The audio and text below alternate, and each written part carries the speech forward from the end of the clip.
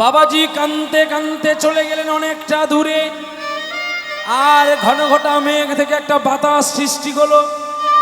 আর যেই বাতাস সৃষ্টি হয়েছে অমনি মেঘটা উড়ে উড়ে আসছে, ঝিরি ঝিরি বৃষ্টি পড়া শুরু হয়েছে। বাবাজি বলছে, এবার আমি কোথায় যাব? আমাকে তো একটা কথা আশ্রয় যেতে হবে, নাহলে আমার শালগ্রাম গোবিন্দ ভিজে যাবে। এই বলে ছুটতে ছুটতে ছুটতে ছুটতে একটা জমিদার বাড়ি। ও মা, মা গো, ও মা, বাড়িতে কে আছে? একটু বেরিয়ে এসো না। জমিদার বাবু বারান্দা থেকে নামলেন। এই কি হয়েছে? বলছে, বাবা এমন সময় সন্ধ্যা হয়ে গেছে, আমি তো কাউকে ভিক্ষা দিতে পারবো না বাবা। আগের দিকে দেখো বাবা, আমার পক্ষে হবে না। বাবা একটা কথা বলবো? আমি আর কোনো কথা শুনতে চাইছি না, আপনি বললো আমি শুনবো না, তো বলে ফেলুন, কি বলবেন। বলছি, বাবা সন্ধ্যা হয়ে গেছে, তোমার এই এত বড় বাড়ি, আমাকে যদি এই উঠোনটা একটু আশ্রয় দেন, রাতটুকু আমি থাকবো, সকাল হলেই আমি চলে যাব বাবা। জমিদারবাবু বললেন, তুমি তো চলে যাবে আমি জানি, তুমি কি আর থাকবে বাবা? কিন্তু তুমি কি, আমি যখন বাড়িটা বানিয়েছিলাম তুমি কি টাকা আমাকে ধার দিয়েছিলে যে তোমাকে আমি আশ্রয় দেব? না, তা কেন হবে? মানে আমি এমনি বলছি, যদি তুমি আমাকে একটু একটু মানে এই মুহূর্তে থাকতে দেবো না আমি তোমাকে। তোমাকে আমি চিনি না, জানি না, অজানা অচেনা মানুষকে আশ্রয় দিকে আমি নিজে মরবো? তোমার মধ্যে কি আছে, ভালো কি মন্দ, তাকে আমি জানতে পারবো? তা ঠিক, বেশ, সন্ধ্যা হয়ে গেছে, এই সন্ধ্যাকালে যার কেউ থাকে না তার তো ঈশ্বর থাকে। তবে বাবাজি নিজে কেঁদে কেঁদে ওই জমিদার মানুষটাকে বলল, শোনো জমিদার বাবু। আর জমিদার কিন্নিমা বারান্দা থেকে দেখছে। জমিদার বাবু বলে দিল, শোনো, তুমি আমাকে তাড়িয়ে দাও, তাতে আমার কষ্ট নেই, কিন্তু তোমার ললার দেখে দেখা গেল তোমার মরণ হতে আর 7টা দিন বাকি, তোমার মরণ হতে আর 7টা দিন বাকি। ও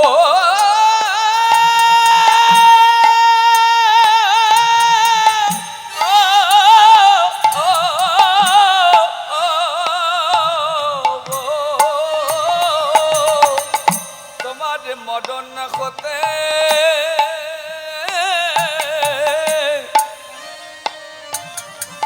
মাত্র 7 দিন বাকি,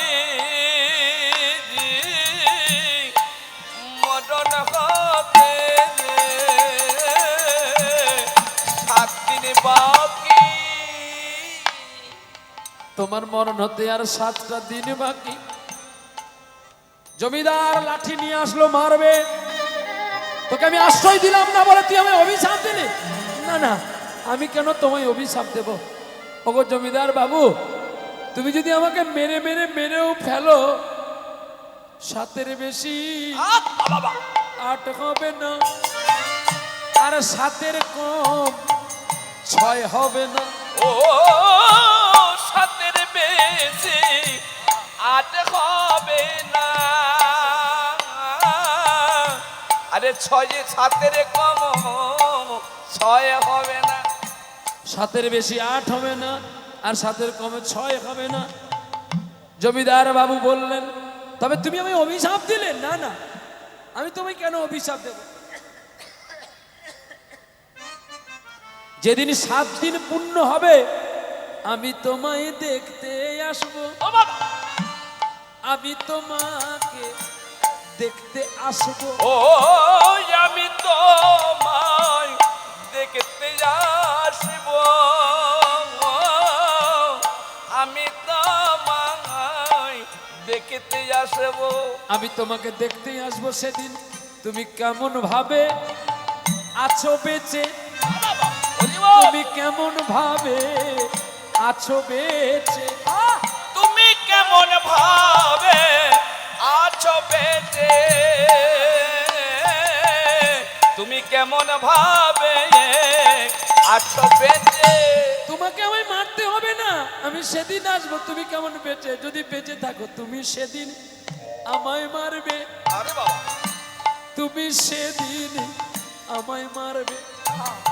ওগো আমায় সেদিন আমার মারবে, তুমি সেদিন আমার মারবে। আমি চললাম বাবাজি, আমি চললাম জমিদার বাবু, আমি চললাম। গোবিন্দকে কোলে নিয়ে কাঁদতে কাঁদতে রাতের বেলায় চলছে, গগনে দিনই তো গেল, সন্ধ্যা হলো পারে করো আমারে। হরিদিন তো গেল, সন্ধ্যা হলো, পার করো আমারে। হরিদিন তো গেল, সন্ধ্যা হলো, পার করো আমারে। শুনি পারের কর্তা জানাই বার্তা, তাই ডাকি তো মারে। শুনি পারের কর্তা নাই কো বার্তা, তাই ডাকি তোমারে। হরিদিন তো গেল, সন্ধ্যা হলো, পার করো আমারে। হরিদিন তো গেল, সন্ধ্যা হলো, পার করো আমারে। আমি আগে এসে ঘাটে রইলামি বসি, ও যারা পরে এলো আগে গেল, আমি রইলাম পড়ে। হরিদিন তো গেল, সন্ধ্যা হলো, পার করো আমারে। হরিদিন তো গেল, সন্ধ্যা হলো, পার করো আমারে। আমি জানি গোবিন্দ, আমি জানি তুমি ঘন ঘটা মেঘ করেছো, তাতে আমার দুঃখ নেই। আমি চললাম গগনে কৃষ্ণ মেঘ দোলে, যেন কিশোরী কিশোরী দোলে বৃন্দাবনে চির সৌদামিনী রাধিকা, চির সৌদামিনী। সৌদামিনী রাধিকা দোলে গগনে কৃষ্ণ মেঘ দোলে, কিশোরী কিশোরী দোলে বৃন্দাবনে চির সৌদামিনী রাধিকা, চির সৌদামিনী সৌদামিনী রাধিকা। রাধে আজি সায়ন, রাধে আজি সায়নে গগনে কৃষ্ণ মেঘ দোলে, কিশোরী কিশোরী দোলে বৃন্দাবনে চির সৌদামিনী রাধিকা, চির সৌদামিনী রাধিকা। রাত দোলে সুখ সুখ সারি, বেকন মেলেছে কত রাত প্যারি, ও তোর ময়ূর পঙ্খিতে নাম লেখা যায় রাধে আজি সায়ন, গগনে কৃষ্ণ মেঘ দোলে, কিশোরী কিশোরী দোলে বৃন্দাবনে চির সৌদামিনী রাধিকা, চির সৌদামিনী রাধিকা।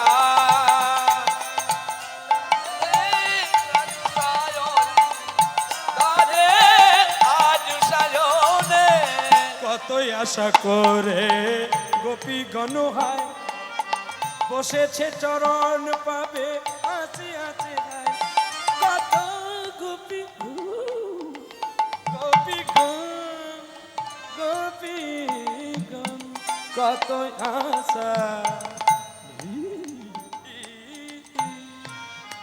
কত আশা নয়ে সকল গোপীগণে চরণ পাবে বলে আসে তোমার নিধুমান সুকোষারি তারা হয়েছে তোনহারা ওরে গায় গায় আজি বনে তারা গায় গায় আজি রে বনে আমার গগনে গগনে কৃষ্ণ মেঘ দোলে কিশোর কৃষ্ণ দোলে বৃন্দাবনে দোলে সৌদামিনী রাধিকা সৌদামিনী রাধিকা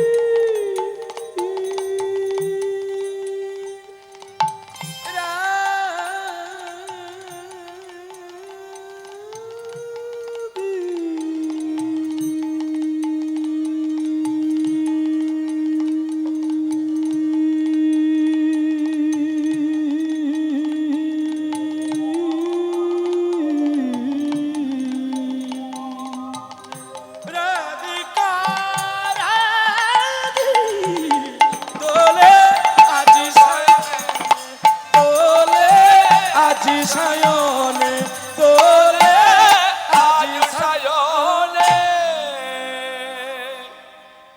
চুপি চুপি করে ভগবানের নাম গান গাইতে গাইতে বাবাজি এক বৃক্ষ তলায় বসে রইল সারা রাত চলে গেল আর এদিকে জমিদার বাবু মনে মনে চিন্তা করলেন যদি সত্যি আমার 7 দিনের দিনে মরণ হয়ে যায় কি গো আর তো আমার কারোর সঙ্গে দেখা হবে না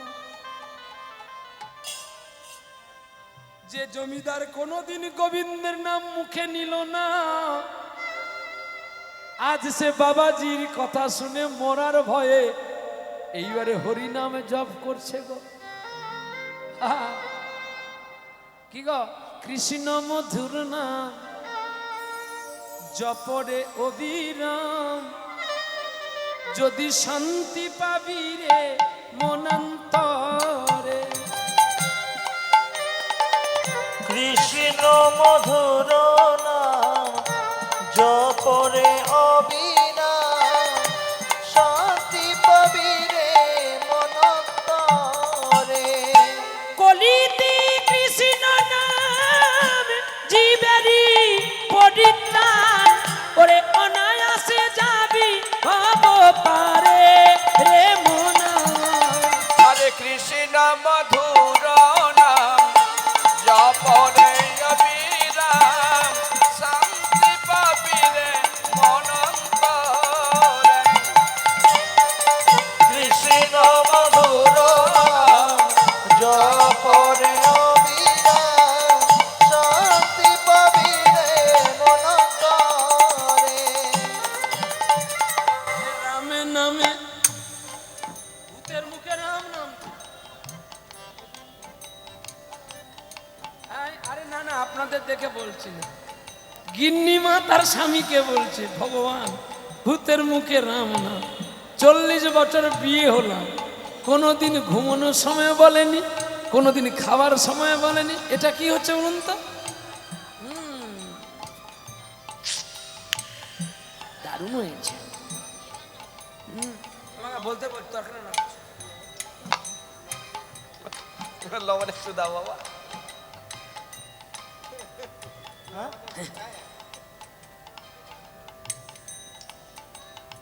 আগে ঠাকুর খাওয়ার আগে একটু দেখে নিল একটু লবণ কম সেন্টারে হাত দিয়ে একটু লবণ দিয়ে দিল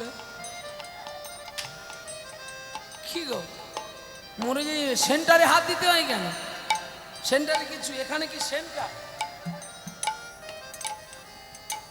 তাই এখানে আপনারা হাত দেন কেন? কি কারণ আছে এখানে? আপনার মা হাত দিয়েছিল, আপনার মার মার মার মার মা, যতজন মা আছে সকলে হাত দেয় আর লবণ দেয়। বলে কেন জানো? জিরে কিনতে ভুলে গেছি, আদা আনতে ভুলে গেছি, তাই যদি একটু অমৃত দিই। অমৃত কোথায়? বলে এইখানে অমৃত আছে। বলে অমৃত এখানে কোথায় ছিল? না, যখন ভগবান সমুদ্র মন্থন করেছিল, শুনে নেবেন টাটকা খবর, যখন ভগবান সমুদ্র মন্থন করেছিল, সমুদ্র মন্থনে উঠেছিল অমৃত, আর অমৃতের ভাগ্যে দুভাগ হওয়ার কথা ছিল, দৈত্য এবং অসুর পুরাণ, মানে অসুরগণ আর দেবতাগণ। তাই এখন গোবিন্দ চিন্তা করলো, যদি অসুরকে অমর দেওয়া যায়, এরা তো অমর হয়ে যাবে অমৃত দিলে, তাহলে এরা তো আর কাউকে মানবে না, এদের নিধনও হবে না। এক কাজ করি, এদের এমন একটা ছলনা করতে হবে যে আমার ছলনা ওরা ভুলে যাবে, আর আমি ওদেরকে ভুলিয়ে দিয়ে দেব, তাদের বলবো তোরা এই সুযোগের মধ্যে খেয়ে নে, আর অমৃতের ভাঁড়টা সরিয়ে দে। এই বলে ভগবান নারী রূপ ধারণ করে ওই অমৃত থেকে একটু অমৃত তুলে নিয়ে এই জায়গায় এই জায়গায় এই জায়গায় দিয়ে দিয়েছে, আর অসুরের কাজ দিয়ে একটা মেয়ে ঠমকি ঠমকি চলছে। অসুর বলে কি সুন্দর রে দেখতে, চিরদিন তো পাবো না, যদি একটু পেতাম। হ্যাঁ, সব কাজে আলসামি করা যায়, এ কাজে আলসামি করা যাবে না। একটু যাই, হ্যাঁ সব কাজে আলসামি, জল গড়িয়ে খেতে আলসামি, কি কষ্ট, মরে যাই। কিন্তু এই কাজে আলসামি করলে চলবে না, একটু যেতে হবে। এখন যেই একজন অসুর যাওয়া শুরু করেছে, পেছনে পিপিলিকার মতো সকলে লাইন দিয়েছে। এখন একটু যাই, গোবিন্দ দৈবানী বলে দিচ্ছে সুযোগ আছে, এবারে খেয়ে ফেল, ভাঁড় সরিয়ে দে। আমি সবকে সরিয়ে দিয়েছি। কিছুক্ষণের মধ্যেই গোবিন্দ বিলীন হয়ে গেলেন। আর অসুররা যখন ছুটে দেখে আর এখানে অমৃত নাই, খালি ভাঁড় পড়ে আছে, অসুররা বলছে এটা কিন্তু ছলনা করে হয়েছে।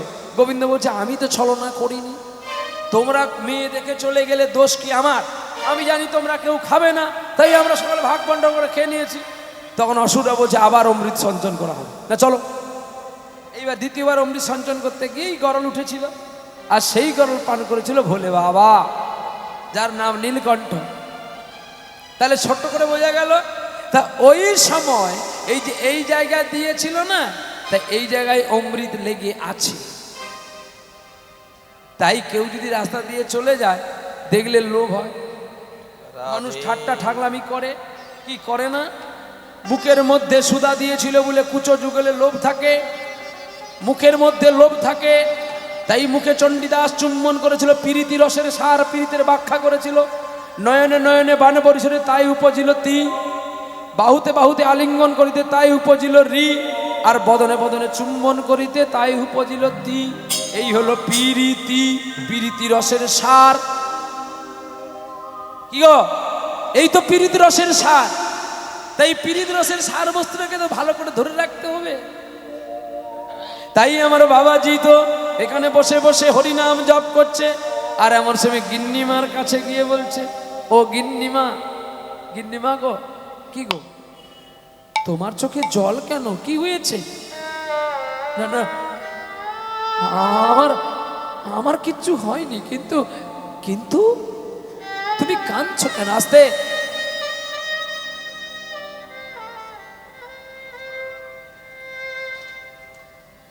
গিন্নিমা বলছে তুমি কাঁদছো কেন, বলো না গো স্বামী, তোমার কি হয়েছে? তুমি গ্রামের জমিদার, তোমার চোখে তো জল শোভা পায় না, কি হয়েছে? জানো সনকা, আজকে সন্ধ্যাবেলা আমার বাড়িতে একটা বৈষ্ণব এসেছিল, যাকে আমি কোনোদিন ডাকিনি গো, আর যার সঙ্গে কোনোদিন আমার দেখা হয় না। কত বিনয় করে আমার একটু আশ্রয় চাইলো, আমার এই জমিদার বাড়ির একটা কোণে একটু পড়ে থাকবে। আমি অহংকারে ক্রোধে তাকে বললাম, অনেক কটুক্য বাক্য দিলাম, তাকে মারতে উঠলাম, কিন্তু যাওয়ার সময় সে কি বললো জানো? কি বললো? আমার নাকি মরণ হতে আরো 7টা মাত্র দিন বাকি আছে,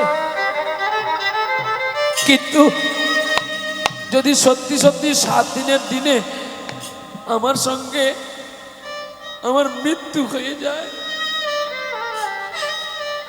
আমি যদি আর না বেঁচে থাকি, তবে কি আমার আর কারোর সঙ্গে দেখা হবে? তাই বলে গিন্নি, ওগো সনকা, পৃথিবীতে বাবার কাছে আপন বন্ধু বলতে গেলে একমাত্র তার কন্যা হয়, আর মায়ের কাছে পরম পুত্রই তার আপনজন হয়। বিবাহের পরে যদি পুত্র পায়, স্বামীর কাছ থেকে অর্ধেক ভালোবাসা কমে যায়, রাধে। আর সেই ভালোবাসাটা বেশি পড়ে গিয়ে সন্তানের উপরে। আপনারাও বাড়িতে দেখবেন, আপনি যদি ছেলেকে এক ঘা মেরে দেন, একটা চড় দিয়ে দেন, তার মা ছুটে এসে জড়িয়ে ধরবে, কিন্তু তার মা যদি তাকে 10টা ঘা দেয়, আপনি যদি বলেন, বলে মারবো না তো কি করবো, আমার ছেলেকে মারবো না তো কি করবো, তার মানে ছেলেটা কিন্তু মায়ের, আর কন্যাটা হলো বাবার। আহা, হরি বল। জানো সনকা, আমার খুব ইচ্ছে করছে যদি তুমি আমার মেয়েকে একটু কাল সকাল বেলায় নিয়ে আসো, বেশ তুমি দুটো খেয়ে নাও না, আমি আর খাবো না গো। সত্যি সত্যি যদি 7 দিনের দিনে আমার মৃত্যু হয়ে যায়, আর তো গোবিন্দকে ডাকা হবে না। তাই আজ একটু সুরে সুরে গোবিন্দ তোমায় আমি ডেকে নি, সুরে ও বাণী মালা দিয়ে কেন আমারে ছুঁইয়া ছিলে, আমারে ছুঁইয়া ছিলে, সুরে ও বাণী মালা দিয়ে কেন আমারে ছুঁইয়াছিলে, আমারে ছুঁইয়াছিলে। অনুরাগী কুমি কুমকুম দিলে ঢেলে, অনুরাগী কুম কুম কুম দিলে ঢেলে, বুকে প্রেম কেন নাহি দিলে, আমার ছুঁইয়া ছিলে। সুরে ও বাণী মালা দিয়ে কেন আমার ছুঁইয়াছিলে, আমার ছুঁইয়াছিলে। বাঁশি বাজাইয়া লুকালে তুমি কোথায়, যে ফুল ফুটালে সে ফুল শুকায়ে যায়, বাঁশি বাজাইয়া লুকালে তুমি কোথায়, যে ফুল ফুটালে সে ফুল শুকায়ে যায়। কি জানি আমার মন করে হয় হায়, কি চেয়েছিল কেন তা নাই দিলে, আমার ছুঁইয়াছিলে। সুরে ও বাণী মালা দিয়ে কেন আমার ছুঁইয়াছিলে, আমার ছুঁইয়াছিলে, আমার ছুঁইয়াছিলে। অনুরাগ কুম কুম দিলে ঢেলে, অনুরাগ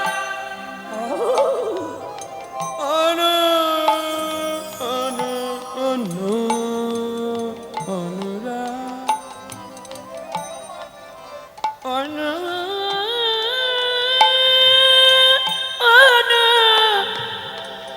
অনুরাগে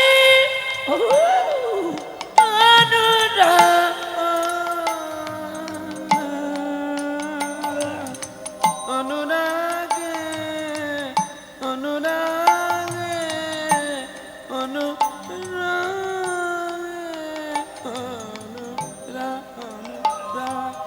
অনুরাগে কুম কুম দিলে হেলে বুকে প্রেম কেন নাহি দিলে আমার ছুঁয়াছিলে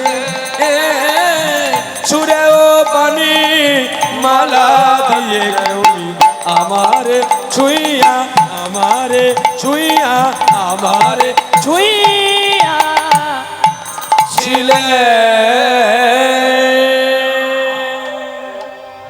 একা শ্রোতা আর একাই বক্তা।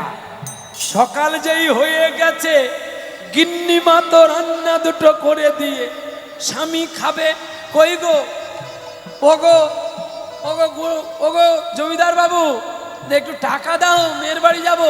হ্যাঁ ঠিক ঠিক ঠিক এই না এই দিচ্ছি। আচ্ছা তোমার কি হয়েছে বলতে পারো? তুমি সারাক্ষণ কেন কাঁদছো বলতে পারো? হ্যাঁ কাঁদলে কি তোমার রোগ সেরে যাবে নাকি? না মেয়েকে ডাকলে আমার মেয়ে আসুক নিশ্চয়ই আমার কি 7 দিনের মধ্যে মৃত্যু মানে আমার কিছু একটা বড় রোগ হয়েছে। আমার মেয়ে আসলে নিশ্চয়ই আমাকে বড় ডাক্তারবাবুর কাছে নিয়ে যাবে। বিবির হাটে অনেক ডাক্তার আছে, বড় বড় হৈমবতী ডাক্তার আছে, নিশ্চয়ই তাদের কাছে নিয়ে যাবে। তুমি তাড়াতাড়ি যাও। জমিদার বাবুর কথা শুনে গিন্নিমা একটু পয়সা নিয়ে মেয়ের বাড়ি গেল। আর মেয়ের স্বামী চাকরি করে, বুঝতে পারছেন তো নাকি? হ্যাঁ মেয়ের স্বামী চাকরি করে, ডিউটিতে চলে গেছে সোমবার। এখন মেয়েকে গিয়ে বলছে মা রে মা তুমি এসেছো হঠাৎ করে? তুমি বলে আরে আমি এমনি আসিনি।